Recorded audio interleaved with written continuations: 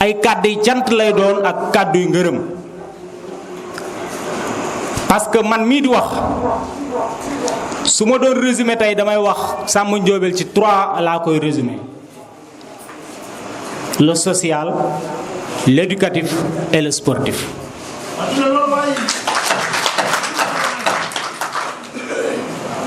Social pourquoi social parce que fépp foo xam ne dañ fay woote pour dimbale nit pour mu lekk walla mu faju boo fa demee da nga fa gis loxoom. beneen bi pourquoi éducatif parce que domaine bu ma maîtriser la te à chaque fois buy joxe dons yi dama koy fekke sur le plan de l'éducation. maye na ordinateur presque dans la majeure partie des écoles de l'élémentaire defar na table banc maye na table banc maye na armoire donc kooku kenn gënu koo nekk un personnel de l'éducation c'est un soldat un vrai soldat de l'éducation. beneen bi mooy lii na nga xam ne moo ñu dajale tey ñépp xam nañ ne soo lekkee faju jàng dafa am loo xam ne nag pour il faut nga dindi ko sa yaram muy déchets les déchets toxiques il faut yooyu dañ te loolu li koy dindi mooy def di sport mu indiwaat nag xaaral ma ñëw seeti xale yi li ma am ci sama wërsëg ma jëlaat ko jox leen ko ngeen jëndal leen ay équipement sportif lii ku ko gis tey xam ne il a dépensé beaucoup de millions. donc kuy def loolu nag vraiment doo man lu may ne ko jaajëf monsieur le directeur général monsieur le maire de la commune de Dara par ma voix mu ngi lay jaajëfal parce que nit su amee ab toolam à chaque fois boo ñëwee bayal ko fa waar kooku wax jërëjëf la séq ak yow te di la ñaanal yàlla olof yi nag dañuy wax ne doomu ñay jarul ñaanal rëy danga ko war a ñaanal gudd fan yàlla mi nga xam ne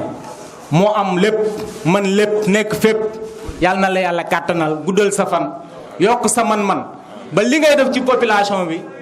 wax dëgg yàlla nga gën koo yokk bu baax a baax a baax di lancer nag un appel toujours au nom du maire ci yeneen doomu Jolof yi nga xam ne yàlla mën na leen gan parce que Daara ñun ñëpp ñoo ko bokk su Samba Ndiobel di yëngatu côté bi monsieur Kobar dafa am côté boo xam ne dafa war a yëngu keneen yëngu beneen côté su ko defee mu Daara mën a émerger mais duñ xaar lépp on doit pas tout attendre de la mairie ku nekk fa nga nekk domaine ba nga nekk da ngay indi dugal ci biir dëkk bi bu ko defee dëkk bi mën a développer c'est ça le développement. donc Samba Ndiobel c'est un acteur de développement parce que mi ngi agir dans l'éducation di agir dans le sport di agir dans le social di agir aussi au niveau de la santé kooku acteur de développement mënu ko romb. donc su ma doon wax bu suba aussi mënumaa romb ñeent yooyu ma génn donc di la sant di la gërëm ci turu maire di la ñaanal yàlla loo mën ren yàlla na nga mën lu ko ëpp déwén yàlla am na ko mën na ko yàlla na la yàlla defal li nga xam ne moom moo gën ci yow. ci nekk dana toppatoo ay blouson moom directeur Samba Ndiobel mu ne ma waat déey ma ne ma jógal nga ne leen comme ci neex sa blouson say maye yooyu boo footballee ba pare maye ko bu déwénee lii ma defoon danaa ko defal. yaakaar naa ne daaw la woon fekk ñun ñëpp fekkoon nañu fi ci kaw mu ne nee leen ku ci nekk mayoo ma ki blouson bu footballee ba pare na ko maye lii ma def ren bu déwénee danaa ko defaat te it am naa yaakaar ci ne maye ren yi ñoo dàq maye daaw yi blouson yi ren yi ñoo dàq blouson yi daaw yi bali ren yi ñoo gën bali daaw yi ñun ñëpp ku ci nekk joxoon nañ la ñun ñëpp ku ci nekk liñ lay joxaat danga koy téye yaakaar naa ne weddi gis bokku ci ndax lu ci ne daf ñuy wax xool leen la ca gën ngeen wax ñu ko ñu def ci lan ci man te lii préparation bi mu tudd une semaine bu dee rek dëgg la ñuy wax te yàlla tax dimanche man de laa ko jot téléphone ci suba teel mu ne lijjanti leen blouson yeeg may yi ASC yi ñaata lan nan lan war a mën a def ba ku ci nekk am ko dimanche yaakaar naa ne lundi la ci jot wala mardi 18h ñu bindal ko turu ASC yëpp bindal ko lépp mardi 18h te moo ñu woowaat sax ne lan leen santoon anam tey bu fekkente ne juumuma tey la samedi kon xam ngeen ne 28 jeux de maillot 28 blouson 56 balles ak blouson zone A zone B ñu ngi nii parce que daf ne waaw ñaari zone yi nga xamante ni ñoo ñu séq at mu jot dañuy gis ñu am problème loisir ba te final bu jotee wala leneen ñi nga xamante ni ñooy membre comité directeur yi war nañoo am seen blouson yi bopp mu wutal zone A ay blouson yi boppam wutal zone B ay blouson yi boppam kon mbir mi yëpp lépp ci juróomi fan la lépp ci juróomi fan lañ ko toggee loolu nag bu ngeen gisee ñu koy leeral dañu bëgg rek ñu xam ne vraiment temps bi bari wutoon te it sant yàlla kon ñu jël kàddu gi jox ko ki nga xamante ni moom moo jiite première zone muy zone A ndax A moo am bee dool ci topp. di wax ne bés bii bés bu rëy la parce que defoon nañ ko daaw gis nañ ci ren yokkute te loolu lu jar a sant yàlla la di nuyu ñi fi teew ñëpp commencé ko ci le représentant du maire monsieur le directeur général monsieur Samba Ndiobène Ka nekk un frère nekk koo xam ne aussi ku yàgg dimbale jeunesse bi la man mën naa témoigner loolu parce que zone A bi ñu ko créé ñaari année yu njëkk yi moom moo nekkoon parrain final zone A donc yaakaar naa ne loolu aussi yàgg na dimbale jeunesse bi di wax ne aussi comme ni ko le chef de cabinet waxee léegi dafay intervenir ci secteur yu bëri comme ni mu ko waxee léegi santé éducation sport ak culture sax même da ci dugal loxoom mën naa wax ne sax secteur yëpp jarul sax ñuy lim parce que secteur yëpp fu ci nekk fu mu yëgee rek dana ci dugal loxoom kon monsieur le directeur général ñu ngi lay sant di la gërëm di la ñaanal yàlla xam nañ ne li nga def nii xam nañ ne xeeb nga ko waaye dañ lay seedeel ci kanamu damay wax ci yàlla mu ñu dégg li nga def nii egg na ci sunu xol parce que sunu njaboot nga ko defal muy ASC yi te ASC yi mën naa wax ne ñoo yor koñ yi tey bu gàmmu amee dans le quartier xale yi ñooy setal koñ bi lépp lu fay sport ñoom ñoo koy coordonné lépp lu fay culture ñoo koy coordonné soo doon def dépistage ci koñ yi sax bu jeunes yi ñëwul du sotti lépp looy organiser bu jeunes yi ñëwul donc ku leen jàppale rek mën nañu wax ne jàppale nga famille yëpp jàppale nga seen yaay jàppale nga seen papa jàppale nga toute la population de Daara donc dañ lay ñaanal yàlla li nga yéene jeunesse bi xam nañ ne lu bëri la mais dañ lay ñaanal yàlla ko yàlla matal yàlla may la gudd fan ak wér mottali sa yéene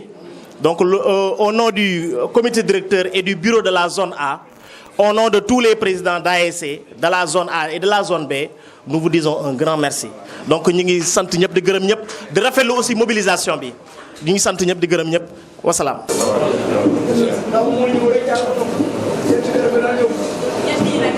donc ñu jégalu si ndog-ndog boobu ñu may monsieur le maire mu installé wu donc bu leen baalu ak ba pare neewoon naa sama rak El Hadj Malick waxee ba pare rek mënoon naa faa yem parce que jàpp naa ni wax ji mënoon naa yem foofu waaye li ñuy wax rek ku fekkee mucculoo et jàpp naa ni nit bu la defee lu baax da nga ko war a sant gërëm ko kon monsieur le directeur général en tout cas ñun ñi nga xam ne ñoo jiite zone yi mënuñ laa fay parce que jàpp naa ni tey ñun lañ dénk le développement du sport au niveau de Daara et jàpp naa ni man de El Hadj Malick wax na ko léegi ni ça fait deux ans bi ñu soo créé la zone yaa nekkoon seen parrain mais aussi ñun au niveau de notre zone ça fait 3 ans le directeur général de la SAED monsieur Samba Ndiobène Ka mooy nekk suñ parrain final buñ tëgg rek gars yi ni final bii de moo dàq finalu daaw ba at mu nekk ñu teg si beneen jéego bu gën a kawe kon jàpp naa ne loolu monsieur le directeur général dañ la si sant di la gërëm di la ñaanal yàlla yal na yàlla yokku ba nga yëkku yamul foofu parce que loolu c'est important pour ñu rappeler ko pour nit ñi xam ko 2 ans la nekk suñ parrain benn at mu ñëw mu ni ma ren jii de damaa bëgg lépp lu nga xam ni ASC dañ koy warloo si licence assurance imprimé gàddoon naa ko demal nga defal ma expression de besoin bi ma yónnee la xaalis bi ma def expression de besoin bi muy 500000 mu yónnee ma ko yàpp naa ni loolu daaw jéeg la ASC yi kenn fayul dara lépp Samba Ndiobène na ko fayoon daaw saison bi ubbi mu indi ASC yi nekk Daara yëpp may leen ku nekk maillot blouson ak ay bal ba pare promettre ñu peut-être tey cérémonie bi ñun cérémonie yi dañ koy def cérémonie sant yàlla parce que daaw dafa am engagement boo xam ne directeur daf koo jëloon bu ko respecté tey loolu nekk kon ñun dañ koy sant bu baax a baax di ko gërëm parce que mënoon naa jël engagement bi pare peut-être yàlla indi gàllankoor ba loolu bañ a am mais jël na engagement bi yàlla dimbala na ko aussi ba mu respecté woon engagement am ren encore mu ñëwaat comme ni ko Fox waxee matul une semaine moo waat ñu ni li ma defoon daaw de incha allah ren danaa ko defaat ASC yi ma mayoon daaw équipement sportif naa leen joxaat ku nekk maillot naa leen joxaat blouson naa leen joxaat bal teg si les 2 comités directeurs des 2 zones A et B ku nekk naa leen jox blouson yemul foofu mënoon naa yem foofu rek mais mu ni ma dolliwaat si la ma defoon daaw jéeg maanaam mooy formalité administrative yi ASC yi doon def seen assurance seen affiliation seen réaffiliation seen licence lépp gàdduwaat naa ko incha allah dinaa ko defaat ren pour nga xam ne bu saison bi ubbee da ngeen di dem rek dugg si terrain bi football. kon jàpp naa ni Samba en tout cas ñun waa Daara mënuñu laa fay dañ lay ñaanal li nga bëgg yaa ko xam yàlla na ko yàlla def yàlla na la yàlla lafal cat yàlla na nga àgg new yoon en tout cas on est très fiers de vous parce que jàpp naa nit aussi bu defee lu baax. da nga koy sant gërëm ko loolu mooy tax mu gën a góorgóorlu ñeneen ñi aussi mën a roy si moom peut-être du ma tëj te remercier aussi le maire de la commune à travers son chef de cabinet et jàpp naa ni en tout cas ñun li ñu xam si Maawo mooy nangoo naa uuf ñëpp nangu naa njaboote ñëpp amul luy xew si dëkk bi doo wane doo fekk Maawo kon monsieur Kobar nga waxal ñu ni Maawo ni ko la jeunesse de Daara ñu ngi koy remercier bu baax a baax di ko sant di ko gërëm di ko ñaanal yàlla aussi yàlla na ko yàlla guddal fanam yàlla na ko yàlla may ndam si li nga xam ne moom lañ ko dénk en tout cas kontaan nañ si moom parce que jàpp naa ne aussi ku jiite ay nit noonu nga war a mel di profiter aussi si occasion bi di informer ni cérémonie bi il y a de cela quelques jours defoon nañ ko sama école jàpp naa ni am na ñu ko fekke woon mais xëy na li mu nekkoon weeru koor moo taxoon te jour bi su jàngale woon moo taxoon aussi ñun ñu ne loolu dañ koy simplifier rek def ko mu gën a simple ñu indi équipe pédagogique bi ak staff Samba Ndiobène ñu ñëw indi école may ñu ordinateur may ñu imprimante may ñu ay chaise kon loolu aussi ni ko war a waxee léegi rek Samba Ndiobène jàpp naa ne fépp fu waa Daara di yëngutu rek boo demee da nga fekk loxo Samba Ndiobène kon Samba dañ lay ñaanal yàlla na nga yokku te jàpp naa ne boo yokkoo waa Daara yëpp dana yokku kon ñoo ngi leen di sant leen gërëm ngeen xam ne aussi su dëngee yéen ji moo ëppoon loolu su may wax Samba bu suba duma noppi parce que peut-être fi ma toll si moom la. di leen sant di leen gërëm ci seen teewaay. le directeur général SAED monsieur Samba Ndiobène Ka ñii teewal fii maire ñii teewal fii ñeneen ñi nga xam ne yónni na leen ñu ñëw li ñu njëkk a def. mooy di sant ki nga xam ne tey moo ñu fi teewaloon muy Cheikh Lo nekk suñ loxo ndeyjoor te xam ne fépp foo xam ne fii nekkuñu fa moom moo ñu fay teewal di mujjee nag ci ki nga xam ne moo waral bés bi muy Samba Ndiobène Ka ndax nit su nekkee ndaw ragal li mag mën nañoo am ci moom yaakaar dañ koo tuddee nag ragal ndax dafa xaw a nuroo rus am kersa ci mag ak ragal ko dañoo xaw a nuroo tant que demun bay jaawale ni kii da nga koo ragal wala da nga koo rus des na waaye ki nga koy def ak bu ameem xel dana xam ne ragaloo ko da nga koo cëral su ñàkkee xel nag mën naa taxawee safaan booba te loola mën na koo yàqal yàlla bu ñu dal di xam ne kàddu gii ñu ma jox fii teraanga la ndax boo organiser mbir woo nit na ko damay def nangam mu ñëw fa nga jël kàddu jox ko na ko waxal am nga yaakaar ci moom ni kii lii muy wax nii du wax lu lay blessé du wax lu lay frustré te loolu nag confiance la te mooy baasu lépp sëy mën nañoo muñ lépp ba mu des ñàkk confiance muy ci góor ki muy ci jigéen ki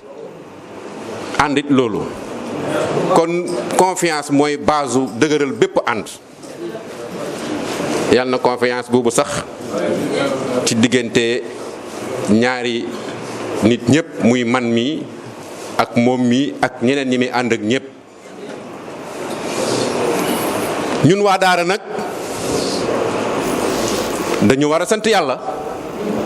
tey ñaan mu dolli ndax mën naa wax ne tey lii nga xam ne tey mi ngi fi responsable politique def ko fi di doomi Jolof am na ñoo xam ne ñii bëggoon nañ ko te mënuñu ko am na ñoo xam ne ñii mënoon nañ ko te defuñu ko kon tey su fekkente ne ñaar yëpp dafa dajoo ci moom mu bëgg ko man ko def ko loolu defulu ko boppam waa daara gépp la ko defal te nag li nga war a defal sa bopp boo gisee ko la ko defal bul ñaan lam yor ñëw ci yow ñaanal lam yor yokk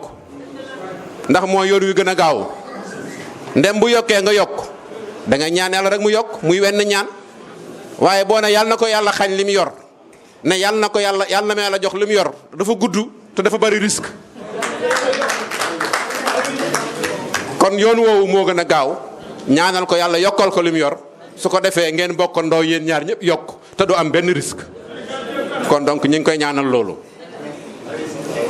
lii nag dugguleet ndax mi ngi def ci école bi mi ngi def ci mbay mi mi ngi def ci social bi mi ngi def ci xale yi te loolu rek la ñuy xaar ci responsable politique du leneen keneen koo xam ne kii ne da ngay politique pour leneen yow yaa déformé politique kon donc ñu ngi koy encouragé heure bi ma ñëw nii nag fekk nit ñëpp toog ni information bi demee la rek mais su ma ko teeloon a yëgit maag nit ñee toogandoo ñooy àndandoo duggandoo toogandoo waaye dama ko xaw a yéex a yëg te it muy nit koo xam ne kii jox na ma cër boo xam ne bii su ma fekkoon ma jàpp leneen nit danaa ko bàyyi ñëw ndax di wax naan man dafa jafe waaye am nga sañ-sañu na man nii laa bëgg a àndeek nit man leen rek moo may téye yëg rek moo may téye te gis naa ko ci moom am na yëg ci mag am na respect ci mag xam na ni muy defeek mag xam na ni muy waxeek mag ndax képp koo jàpp ngir alal bu alal ji jeexee di nga ko ba koo jàpp ngir poste bu demee ba amatul poste ba mu la jox da nga ko ba waaye ki la téye ngir yëg téye la ngir respect ngir cofeel loola du dañ ndax fa mu nekk moo sori ci xol la ne man nag yëg rek moo may téye ndax yaakaaruma ne man nit mën na maa joxati xaalis may ci xaalis loxoom loo xam ne lii fees na sama bët man wala daraja joo xam ne ji fees na sama bët waaye am na loo xam ne li moom fees na sama bët moom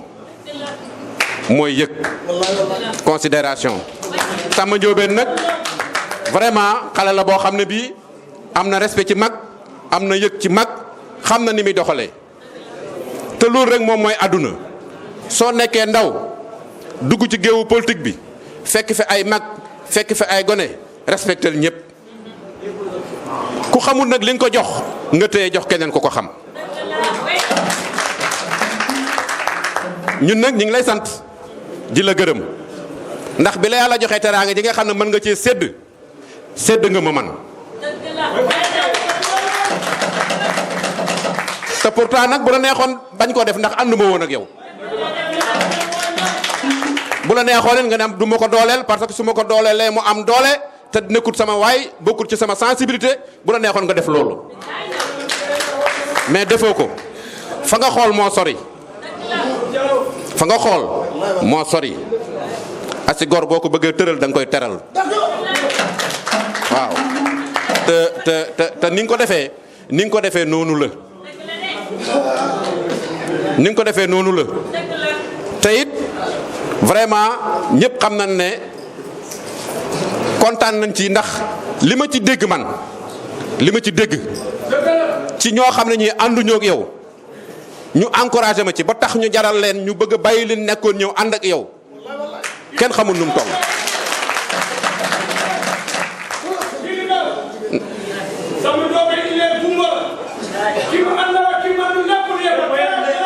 merci beaucoup kon donc monsieur le directeur général jataay bi dafa xat bëggoon naa wax lépp lii mais bés du ñàkk te daje dana amaat boo xam ne bii dana mën a wax lépp en tout cas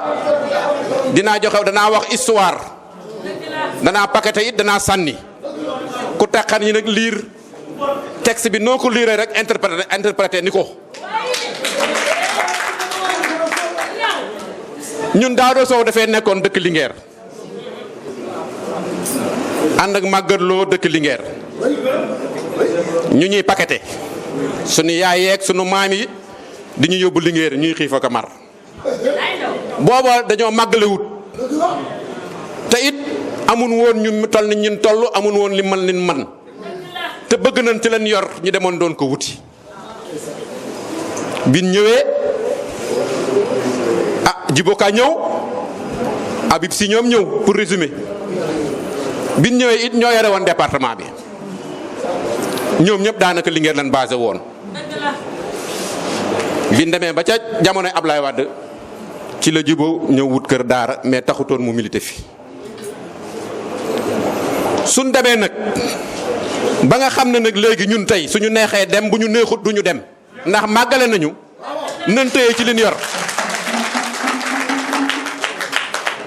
waxuma nag na bu kenn dem ànd ak waa Linguère waxuma na bu kenn dem ànd ak waa Carni waxuma bu kenn dem ànd ak waa Mbay Awa wala waa Mbuula mais dama daal ñun waa Daara lan doon wuti ci àll ba suñ ko amee fii jaratul ñuy sonn c'est très simple kon donc lu laa xam ne laa amoon ci lu may wax di sant ñëpp di leen gërëm di wax ne Samba Ndiobène politique nii rek la nit ñi yaakaarewun kenn lenn lu dut teraanga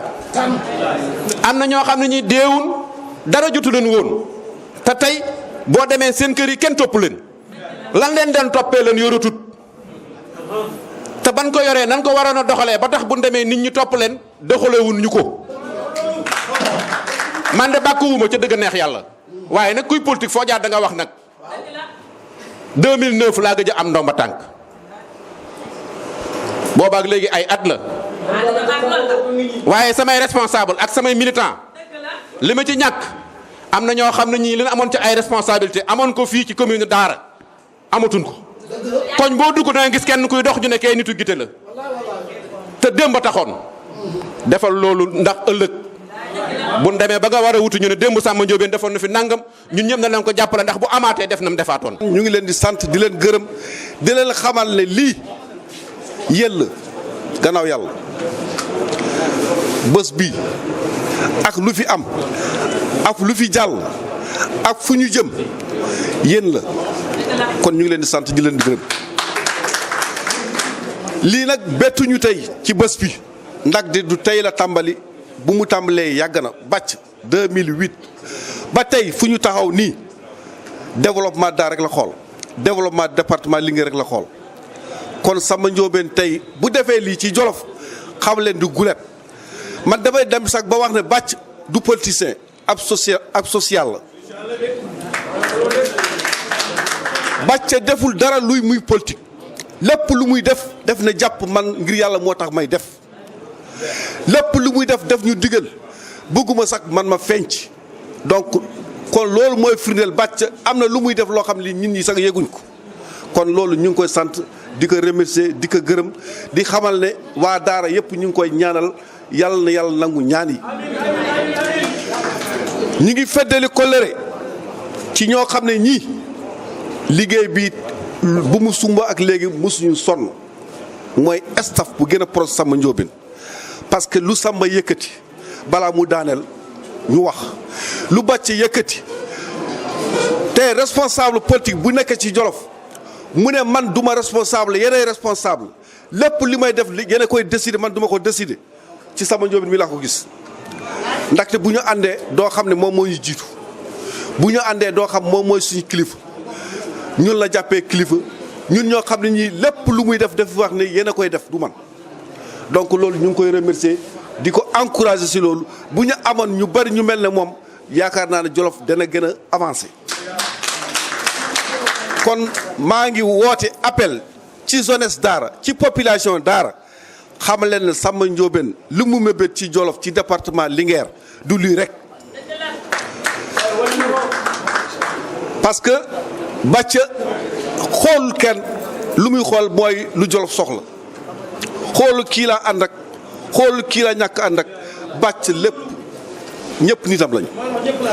ba tax na yaakaar naa ne ñun dañuy wax ni amuñu noonu luy amuñu noonu mooy que bàcc moo ñu jàngal ñun amuñu noonu waaw donc balaa may daaneel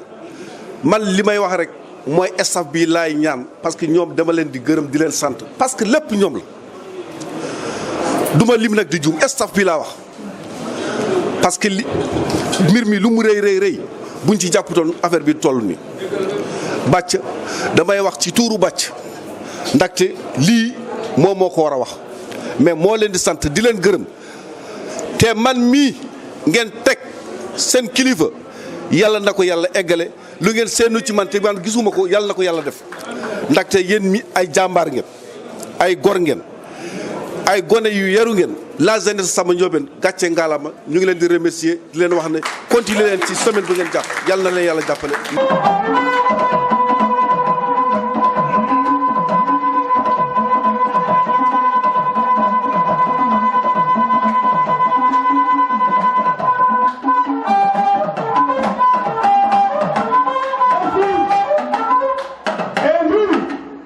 sama nuyoo monsieur le maire maa ngi nuyu sama nijaay monsieur le maire Guité Ndaw te di ko ñaanal yàlla gudd fan wér gu yaram màggat fi ba set yi di ko weer di ko wéri maa ngi nuyu aussi sama mag Algasimu Silla sama mag la sama conseiller la su ma nuyoo Algasimu Silla nuyu naa képp koo xam ne ñun ñoo bokk guddi ñoo bokk bëccëg ñoo bokk suba ñoo bokk ngoon jërë nga jëf Algasimu Silla maa ngi nuyu également sama xarit sama doom mbay El Hadj Malick Diop El Hadj Malick Diop muy président zone A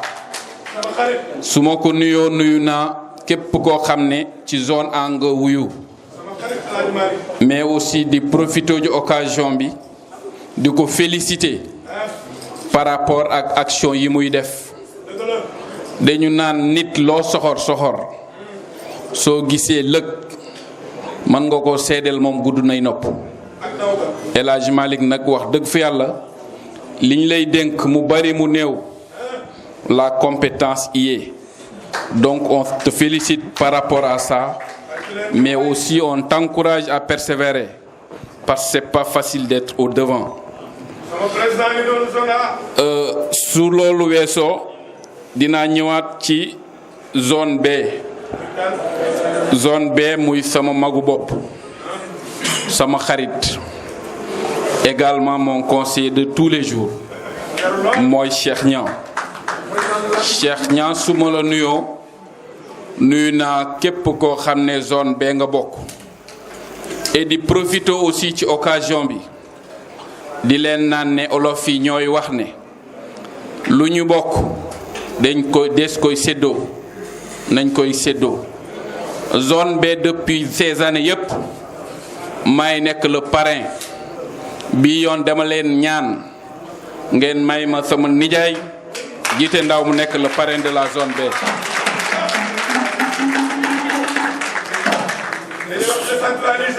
su loolu weesoo maa ngi nuyu de façon particulière monsieur le ministre Aly Ngouille Ndiaye parce que yàlla dafa def dañoo bokk Jolof bokk bay bokk cosaan bokk lu bari ay divergence politique nag du ñàkk waaye tey du politique moo ñu fi woo tey dëkkandoo moo ñu fi woo tey am di jàmm moo ñu fi woo. Je vois de l'autre côté mon frère Mbos il n'est pas de l'APR il est avec Khalifa te kenn ku ne xam ne nu mu gëmee loolu am na fi waa PDS am na fi waa réew mi kon réew mi dañ ko bokk te mënuñ koo xar ñaar kon nañu def lillaay wa rasuli ñu defar ko kenn ku ne fa ngay féete yàlla na fekk foofu gën ci yow nga nekk fa lil gën ci yow foofu yàlla may la ko man dama gëm ne war nañoo mën a def politique fii ci Jolof def ko tout le temps et à tout moment mais tout en sachant que l'élégance doit toujours primer mooy lan mooy que ne dañu war a bokk dëkk bi gëm na ne nit ñi ñoo tax ñuy yëngu war ñoo mën a bàyyi xiiroo yeeg ŋaayo yeeg sànnante xeer yi ça n'a pas de sens kenn ku ne ci ñun ña war a ànd ak yow mu neex la mu naqari la fa lay yem ña war a ànd ak keneen mu neex la mu naqari la ñoom lay àndal kon sachons que tout vient du bon Dieu et tout aussi retourne auprès du bon Dieu kon loolu suñ ko gëmee ay détails yu bari duñ ko gérer man dama bëgg ña ànd ak Aly Ngouille ña ànd ak maître Kaak ña ànd ak Bounama Sall Idrissa Sambo ak kum ci man di doon nañu gëm ne ñii ñëpp kenn ku ne da nga am yaakaar ne war ngaa mën a indi benn pierre à l'édifice de Daara kon ñooñu bu ñu leen xatal bu ñu leen xalab bu ñu leen sànni xeer ça n'a pas de sens bu dee gëm nañu rek du suñu nafsu kese moo tax ñu yëngu war nañoo mën a yaatal kenn ku ne nga ñëw kay defar nag yàlla xam xëy na am na ñuy foog ne Samba la am na ñuy yaakaar ne Ali la am na ñuy yaakaar ne Bounama la kum ci mon di doon yàlla xam yàlla nañ ko yàlla defal parce que ñun c'est ça que nous cherchons amul privilège bu ñu wut amul lu ñuy jël xëcc suñu boor ci weeru koor la ñu génn lépp lu ñu mën di am fii te naruñ ko bokk ak waa Jolof naruñ ko bokk ak waa Daara yàlla nañ ko yàlla xañ parce que boobaa nag gàcce lay doon et mbooloo nag mënul daje nii te mu nekk mbooloo bu sell jógee ci weeru koor te duma leen sàkku ñaan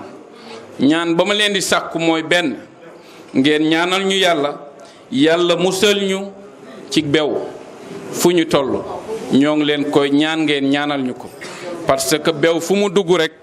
su yàggee am fu mu la jëmal kon ñaanal leen ñu loolu su loolu weesoo ngeen ñaanal ñu yàlla def jàmm ci réew mi yàlla def jàmm ci Jolof yàlla def jàmm ci Daara su loolu weesoo ngeen ñaanal le président de la République son excellence Macky Sall ñaanal ko wér ak wérle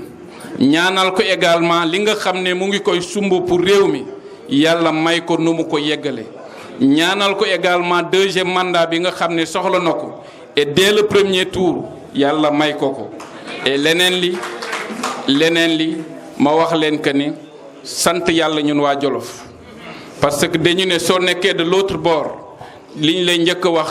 kii jolof la ñoom def am dignité bu ñu am loolu jeexee nga xam leneen li également mooy fi ñu ne la jolof dañu naan ku am jom la jolof dañu naan ku jomb la parce que nag sama waajur damay faral di naan nit bu mu bari lu muy ragal bu mu bari lu muy tiit waaye na bari lu muy jomb parce que bu dee da ngay ragal wala da ngay tiit soo doxee tuuti benn koñ li nga doon ragal di ko tiit mën naa làqu waaye sooy bari looy jomb même ci biir pax da ngay jomb jolof nag loolu lañ leen xamee loolu ñu xamee leen nag am na leneen lu ci dolleeku tey jolof dafa regorger de cadres et de jeunes cadres tout à l'heure yéen a ngi wax suñu rakk aada jum ñu gën ko xamee ci Eli suñu rakk la suñu doomu bàjjan la mais loolu lépp li ci gën a am solo mooy fulaam ak faydam muy moom nag muy junni ñeneen ñu fi nekk Idriss Samba ñu ngi koy wax c'est un jeune cadre de Daara et mu ngi def lu mu man Bounama Sall aussi c'est une fierté pour nous parce que tey au niveau national dem ba jiite jeunesse socialiste ñu ceppi benn doomu Daara loolu fierté kenn ku ne la war a doon ci ñun. Donc ensemble essayons de gérer certains détails et aussi évitons aussi surtout yenn yi nga xam ne ay damay li olof yi di wax càmbar la loolu du ñu yóbbu fenn man doom la te doom laa bëgg a descendi abadan daay man ñama ko war a féete moom laa fa nekkee ña war a nekk mag ak rak aussi fa laa bëgg a féete directeur ak ministre ak Samba ak leneen ak loolu lu ñu able la ñaari fan day dañ mbubb la benn mu ràpp ñaar ñu summi ko loo xam ne day ràpp wala ñu summi ko nag duma ko jënde sama der bii donc je veux être moi-même et être avec vous et sur ce plan j'invite toute la jeunesse du Jolof et particulièrement celle de Daara à venir ensemble pour qu'on construise cette collectivité qui nous appartient à tous parce que nag gëm naa ne Maawa Ndiaye wax dëgg fa yàlla la mu war loolu lépp mu ngi koy jéem mais il faut pas aussi occulter que la commune de Daara est très limitée sur le plan recette fiscale sur le plan financier et yooyu tamit su ko nit xamul xëy na mën naa yóbbu nit ki fu mu yeggul te fekk du ci moom kenn ci ñun gënu ko bëgg dëkk bi waaye def am ci tool bi waar bu ko yàlla dénk day béy ba foofu rek teg gopp bi keneen ñëw béy teg gopp bi kon ñun ñi également nañu gëm ne kenn ku ne ci ñun am nga ci cër benn li may njëkk a commencé mooy tey ni Daara xaw a mel ci mbalit wax dëgg fa yàlla day man rusloo damay rusloo sooy dugg Daara li ngay njëkk a constaté mooy mbalit bu fees dell alors que nag loolu du maire du adjoint maire du assistant du kenn ku ne ci ñun la kon am na fu ñuy toll baax na ñu xoolaat suñu bopp ñu xam lii nii kat su baaxee ñun la baaxal su yàqoo aussi ñun la yàqul su kenn ku ne defaree fa nga féete rek leneen li day yomb donc sur ce plan man aussi maa ngi leen di invité ci esprit citoyen boobu ñu xam ne dëkk bi dañ koo bokk kenn ku ne fi nga féete nag mën nga kaa féete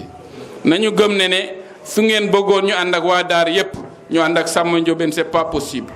wala ñu ànd ak Aly Ngouille c'est pas possible ñii dañu féete fii ñii féete fële mais le plus important dans tout ça nañu gëm ne kële féete na la kat du ku ma bañ waaye xëy na dafa yaakaar ne foofu lay mën a nekk pour liggéeyal li nga xam dañ ko bokk donc il faut avoir toujours cet esprit positif mooy tax ñu évoluer sinon yenn mbir yi def ñuy tardel te duñu yóbbu ci lu bari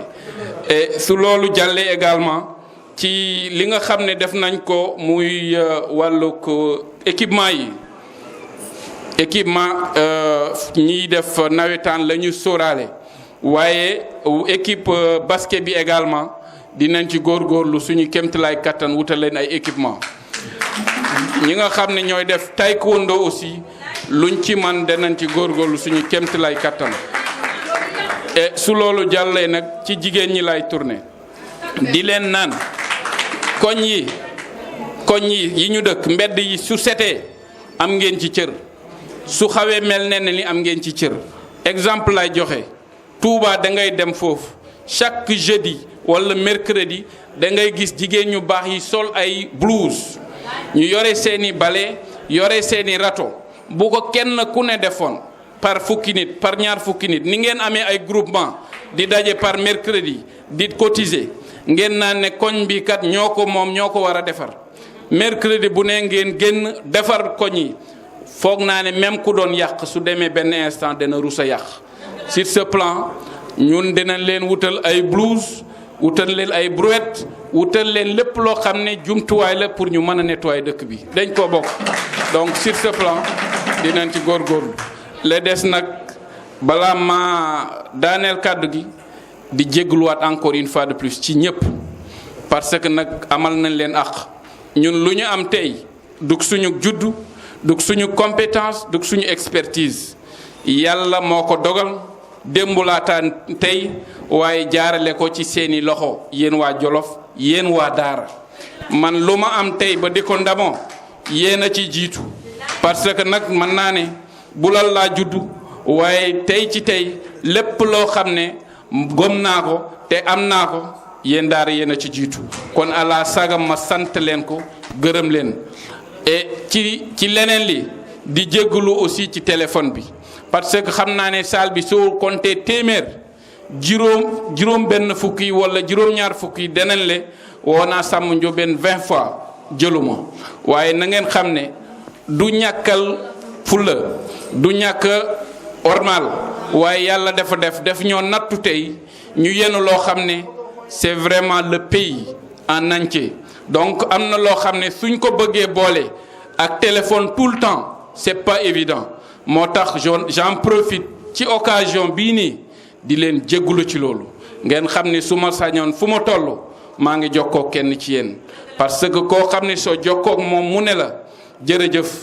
wala defal nii wala waxeel nii loolu sag mbégte la sag dolleeku la kon maa ngi leen di jéggulu di leen naan déwénati yàlla nañu yàlla may fekki déwén yu bari et déwén su naree naqari yàlla na mel ne ren gone yi Jolof yi yàlla na leen yàlla may ay promotion ñi fi bëgg dugg ci politique ñu ngi leen naan bienvenue et suñu ñëwee aussi li ñu fi wut yàlla na leen ko yàlla jox su leen ko joxee yàlla nañ ko yàlla def ñu muuroo ko parce que c'est le Jolof qui gagne et le Jolof continuera toujours d'être au sommet yàlla ko fi def maa ngi jéggulu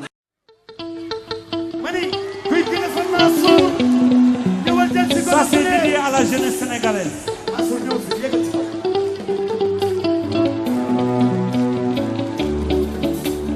yaa ngi di xale yi xol set ci ñu daal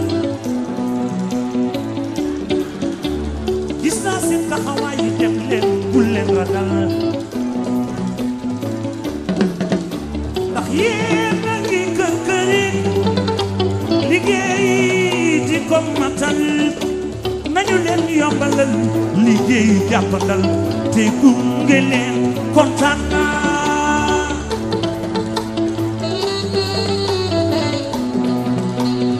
yéen ndaw yu góor yi ndaw yu jigéen yi man dama leen bàyyi xel yéen a ngi jéem bëgg tekki bañ lu ñaaw yéen li ngeen soobu wane na ni bu doon xare du ngeen mës a daw kon yéen ngeen di bëll leen war na yomb ndax toogu leen di xaar ni ma leen gise ngeen di demee noonu la jàmbaar war a demee